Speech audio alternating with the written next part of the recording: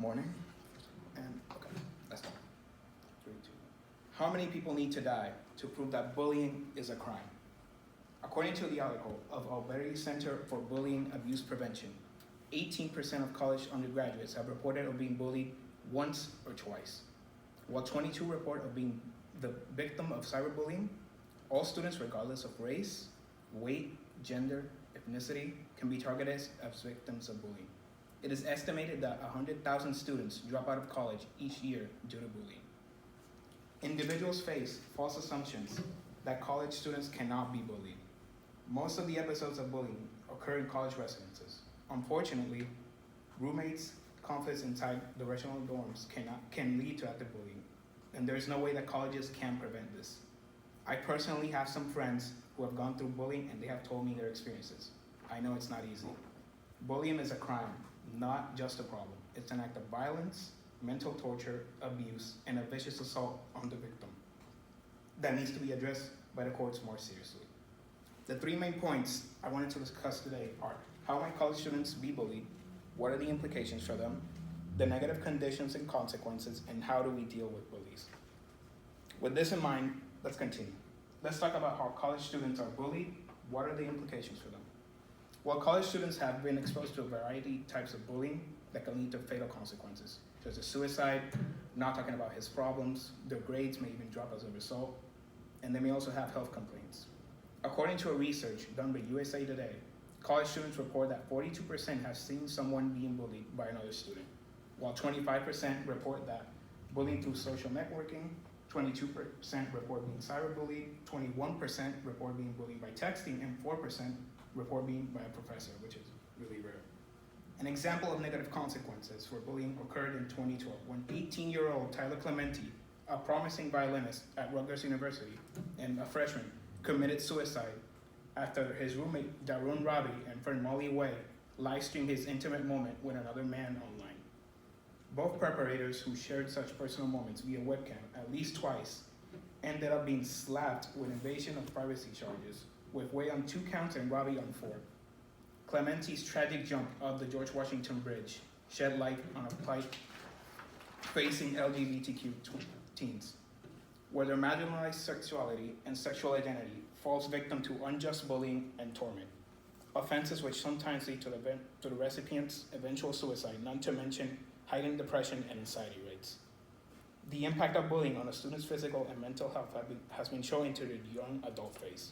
The Centers for Disease Control Prevention reports that bullies themselves are at higher risk of academic problems, anxiety and depression, and even substance use, such as marijuana. How do we deal with bullies? Well, to deal with the effects of bullying in college, universities need to have a solid counseling center and couple it with national resources for bullied students. Bullying can cause a lot of kids to commit suicide, and even the victim's mental, social, and emotional health can decrease. And if that doesn't work, then you should go to an attorney, no matter what. You should go specifically to an attorney who specializes in bullying. Sometimes people don't go to an attorney because they feel like you have to pay a large money since it's a lawyer, but I guarantee you no sum is too large for your well-being. I wanted to tell you a real life story about my friend. His name is Joshua. He used to be a bit chubby, and I still remember people would say these comments about him, how he's fat, how he'll never get a girlfriend, etc. So he went out to the court with his parents. After 2 years of being bullied, he took it over.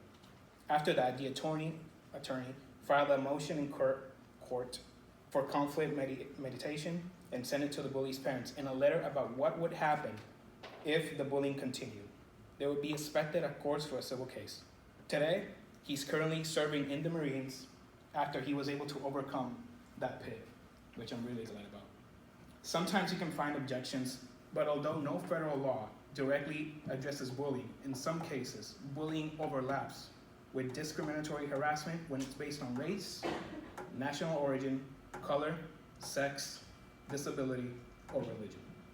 When bullying overlaps, federally funded schools, including colleges and universities, have an obligation to resolve the harassment. When the situation is not adequately resolved, the U.S. Departments of Education and the Civil Rights Division may have to help, according to stopbullying.gov. Finally, if my solution isn't carried out well, It's quite simple. Bullying will stay the same and it will continue to terrorize countless individuals. But if this solution is carried out, I can say that it will undoubtedly help alleviate the bullying epidemic. In an interview with Congresswoman Stephanie Murphy, she reiterated her commitment to support non-bullying educational campaigns in colleges to eradicate this evil and save lives. As I come to a close, I wanted to say that bullying is a crime that's justified. I want you all to at least search up stopbullying.com today to support them. Your generous gift can ensure that every student is safe, valued, respected, regardless of what they look like, their beliefs, race, sexual orientation, or gender identity. Today, I talked about how college students are bullied. Then I discussed the negative conditions and consequences. And lastly, I explained how to deal with bullies. And before I leave, I wanted to leave you with this. Sometimes words cut deeper than any blade ever could.